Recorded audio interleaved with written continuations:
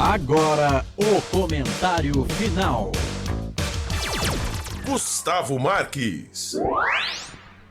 Copa Paulista, o Guarani um pouco melhor, se destacando aí, se referindo evidentemente das últimas rodadas. O Guarani foi um pouco melhor no jogo de hoje, teve algumas oportunidades, foi uma equipe um pouco mais agressiva, baseando-se nas outras rodadas, como eu mesmo mencionei agora. Porém, no segundo tempo, onde o Bugre tinha tudo para abrir o marcador, aí uma bobagem do Nicolas, tinha acabado de entrar o Nicolas, camisa número 15, né? Tomou o cartão amarelo assim que entrou o Daniel Farias e posteriormente tomou o segundo cartão amarelo e foi expulso.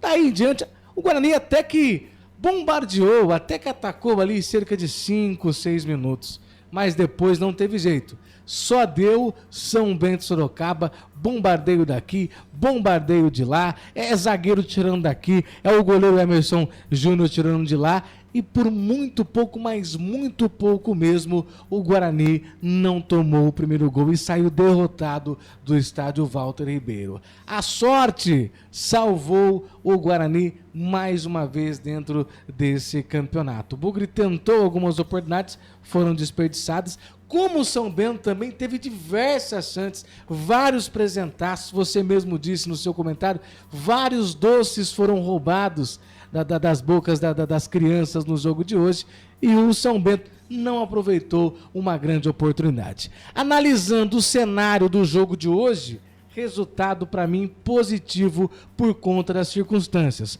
Quais delas, Gustavo? Por jogar fora de casa, o empate é bom e jogar com um a menos é ótimo, mas analisando o cenário da Copa Paulista, Daniel Farias, é mais uma rodada, mais um jogo em que o Guarani não consegue vencer. Agora é preparar a equipe,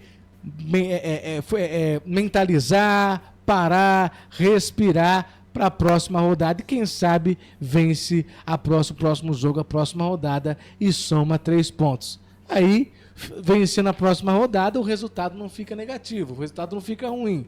1 ponto fora de casa, 1 ponto dentro de casa, aí a casa tá arrumada, né? Mas isso precisa vencer o próximo jogo e esse foi o comentário final do YouTube. Comentário final.